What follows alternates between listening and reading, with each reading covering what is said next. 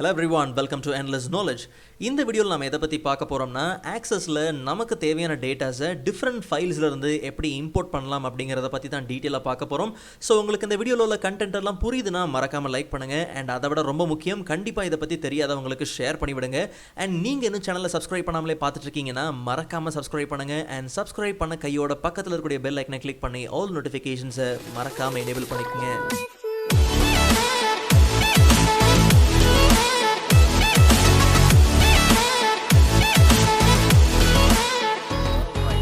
Alright, so first of all நம்ம கிட்ட ஒரு எக்ஸல் ஃபைல் இருக்குது. ஸோ இந்த எக்ஸல் ஃபைலில் இருக்கக்கூடிய டேட்டாவை தான் ஒரு ஆக்சஸ் டேட்டாபேஸில் இம்போர்ட் பண்ணணும். ஸோ நமக்கு தேவையான டேட்டாவை இம்போர்ட் பண்ணுறதுக்கான அந்த ஆப்ஷன்ஸ் எல்லாமே எங்கே இருக்குன்னா எக்ஸ்டர்னல் டேட்டாவில் இம்போர்ட் அண்ட் லிங்க் குரூப்பில் பார்த்தோம்னா நியூ டேட்டா சோர்ஸ். பட் இப்போ நம்ம இம்போர்ட் பண்ண போகிற data as a Excel file ஃபார்மேட்டில் இருக்கிறதுனால new data source from file Excel. So இப்போ நமக்கு எக்ஸ்டர்னல் டேட்டா ஃபைலை இம்போர்ட் பண்ணுறதுக்கான டயலாக் பாக்ஸ் ஓப்பன் ஆயிடுச்சு. ஸோ நம்ம செய்ய வேண்டிய முதல் வேலை, நாம் இம்போர்ட் பண்ண போகிற டேட்டா எந்த ஃபைலில் இருக்கோ அந்த ஃபைலோட லொக்கேஷனை நாம் முதல்ல கொடுக்கணும். ஸோ ப்ரௌஸ் பண்ணி நம்ம ஃபைல் வந்து டெஸ்க்டாப்பில் இருக்குது. ஆக்சுவலாக நாம் எதை இம்போர்ட் பண்ண போகிறோன்னா ஸ்டூடெண்ட் கோர்ஸ் டீட்டெயிலை தான் இம்போர்ட் பண்ண போகிறோம். பிகாஸ் பர்சனல் டீட்டெயிலுக்கு ஏற்கனவே ஒரு டேபிள் இருக்குது. So student course detail just open. So once அந்த ஃபைலோட லொக்கேஷனை கொடுத்ததுக்கப்புறம் அந்த ஃபைலில் இருக்கக்கூடிய டேட்டாவை இந்த டேட்டா பேஸில் எப்படி ஸ்டோர் பண்ண போகிறோம், எங்கே ஸ்டோர் பண்ண போகிறோம்ங்கிறத நம்ம மென்ஷன் பண்ணி ஆகணும். ஸோ கீழே கவனித்து பார்த்தீங்கன்னா நமக்கு 3 ஆப்ஷன் கொடுத்துருக்குறாங்க. ஸோ 3வது ஆப்ஷன் இப்போதைக்கு அவசியம் கிடையாது. லிங்கிங் ரிலேஷன்ஷிப்பில் நம்ம வேறு வீடியோவில் பார்த்துக்கலாம். ஸோ ஃபர்ஸ்ட் 2 ஆப்ஷனை நல்லா கவனிங்க. இப்போ நம்ம இம்போர்ட் பண்ணக்கூடிய டேட்டா ஒரு புது டேபிளை தான் வேணும்னா ஃபர்ஸ்ட் ஆப்ஷனை நம்ம யூஸ் பண்ணிக்கலாம். இல்லை என்னுடைய டேட்டா பேஸில் ஏற்கனவே ஒரு டேபிள் இருக்குது, அந்த டேபிளில் இந்த டேட்டாவை சேர்த்தா போதும்னா 2வது ஆப்ஷனை யூஸ் பண்ணலாம். ரொம்ப சிம்பிள். இப்போ நம்ம இம்போர்ட் பண்ணக்கூடிய டேட்டா ஒரு புது டேபிளாக வேணும்னா ஃபர்ஸ்ட் ஆப்ஷன். இல்லை ஏற்கனவே இருக்கக்கூடிய டேபிளில் இந்த டேட்டாவை அடிஷ்னலாக சேர்த்தா போதும்னா செகண்ட் ஆப்ஷனை யூஸ் பண்ணலாம். ஆக்சுவலாக கோர்ஸ் டீட்டெயிலுங்கிற பேரில் நம்மக்கிட்ட எந்த டேபிளுமே கிடையாது. அதனால் இப்போ நம்ம இம்போர்ட் பண்ணக்கூடிய இந்த டேட்டாவை ஒரு புது டேபிளை தான் இம்போர்ட் பண்ண போகிறோம். So first option and okay.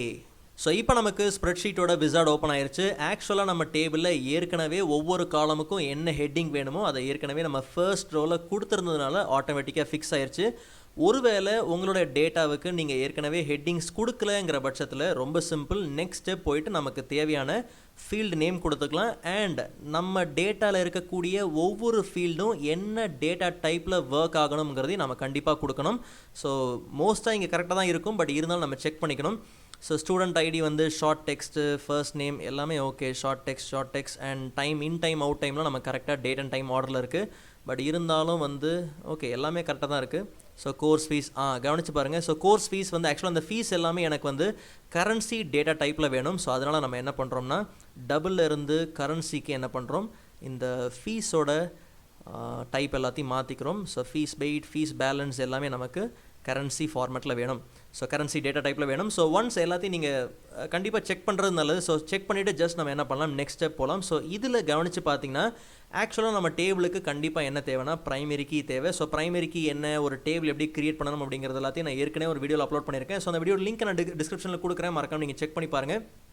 But இப்போதைக்கு ப்ரைமரி கீ வந்து நம்மளோட டேபிளுக்கு கண்டிப்பாக தேவை. ஸோ நல்லா கவனிங்க, நமக்கு இங்கே 3 ஆப்ஷன் கொடுத்துருக்குறாங்க. என்னென்னா ஆக்சஸே வந்து இந்த டேபிளுக்கு வந்து ஒரு ப்ரைமரி கீ கொடுத்துக்கலாம் அப்படின்னு நம்ம சொல்லிட்டோம்னு வச்சுங்களேன். இல்லை ஆக்சஸ் ஆட் ப்ரைமரி கீன்னு கொடுத்துட்டோம்னா அப்போ ஆக்சஸே என்ன பண்ணணும், நம்ம டேபிளில் எக்ஸ்ட்ராவாக ஒரு காலம் போட்டுரும், ஐடி அப்படின்னு சொல்லி ஒரு காலம் போட்டு ஒரு ப்ரைமரி கீ ஆட் பண்ணிடும். இல்லை நம்மளே நமக்கு தேவையான டேபிளுக்கு ஒரு ப்ரைமரி கீ கொடுத்துக்கலான்னா choose my own primary key அப்படின்னு கொடுத்துட்டு எந்த ஃபீல்டை ஆஸ் அ ப்ரைமரி கீயாக நம்ம சேர்க்கலாம், கொடுக்கலாம் அப்படிங்கிறத நம்ம என்ன பண்ணலாம், மென்ஷன் பண்ணிக்கலாம். ஸோ நமக்கு வந்து ஸ்டூடெண்ட்டோட ஐடிங்கிற இந்த ஃபீல்டே வந்து நமக்கு ப்ரைமரி கீயாக வேணும். ஆக்சுவலாக ப்ரைமரி கீ இல்லாமல் கூட இம்போர்ட் பண்ணலாம், ப்ரைமரி கீ கண்டிப்பாக கொடுக்கணும்னு அவசியம் இல்லை, பட் இருக்கிறது நல்லது. So choose my own primary கீயில் ஸ்டூடெண்ட் ஐடியை நம்ம என்ன பண்ணுறோம், அந்த ஃபீல்டை ஆஸ் அ ப்ரைமரி கீயை நம்ம செலக்ட் பண்ணிவிட்டு நெக்ஸ்ட்.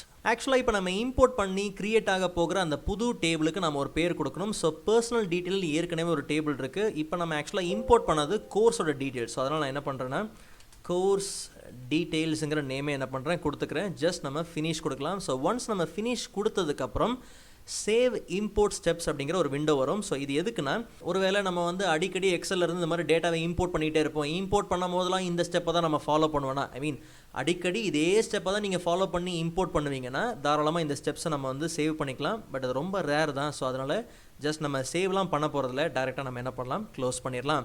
ஸோ இப்போ நமக்கு கவனித்து பார்த்தீங்கன்னா கோர்ஸ் டீட்டெயில்னு நம்மக்கிட்ட ஒரு புது டேபிள் இருக்குது. ஜஸ்ட் அந்த டேபிளை 2 கிளிக் பண்ணி ஓப்பன் பண்ணோம்னா நாம் இம்போர்ட் பண்ண டேட்டா பார்த்தீங்கன்னா இதில் பர்ஃபெக்டாக இம்போர்ட் ஆயிடுச்சு.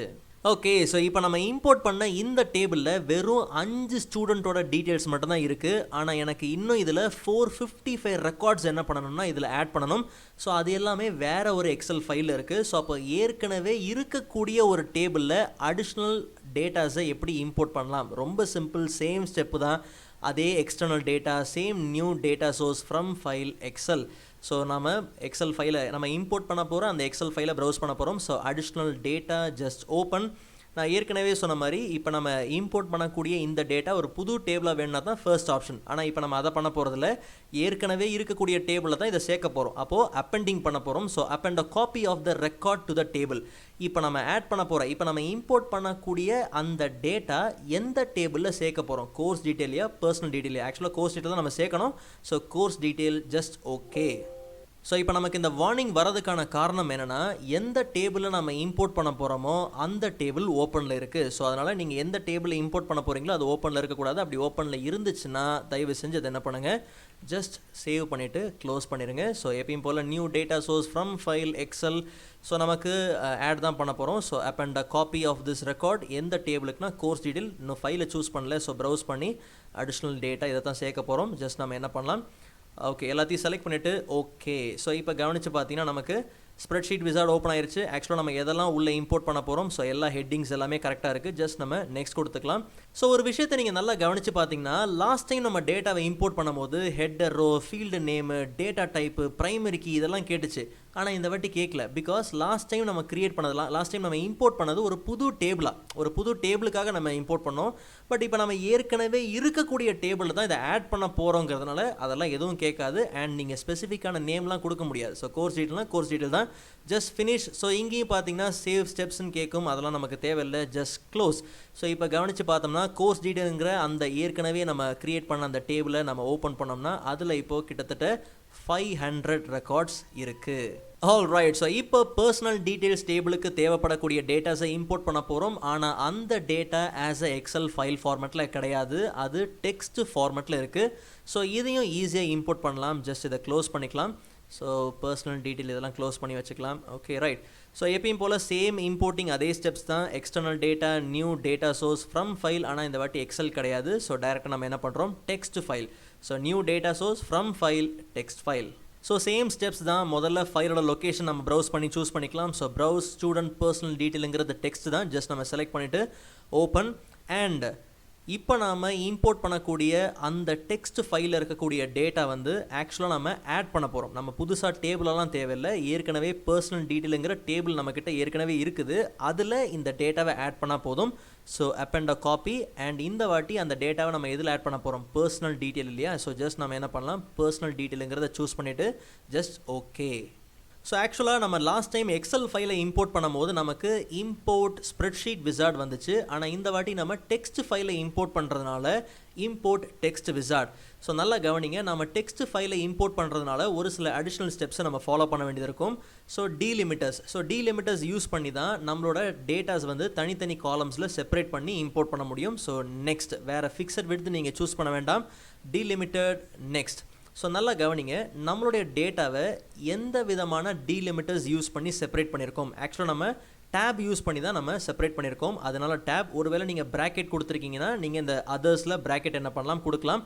பட் நாம் டேப் யூஸ் பண்ணி தான் செப்பரேட் பண்ணியிருக்கிறதுனால ஜஸ்ட் நம்ம டேப் கொடுத்துக்கலாம். அண்ட் ஒரு விஷயத்தை கவனித்து பார்த்தீங்கன்னா நம்ம டேபிளில் ஏற்கனவே ஹெட்டிங்ஸை வந்து ஃபர்ஸ்ட் ரோவில் நம்ம கொடுத்துருக்குறோம். ஸோ அதனால் first row contains field name. ஒவ்வொரு காலமுக்கான ஃபீல்டு நேம் வந்து நம்ம ஏற்கனவே கொடுத்ததுனால ஜஸ்ட் நம்ம அதை செலக்ட் பண்ணிக்கலாம்.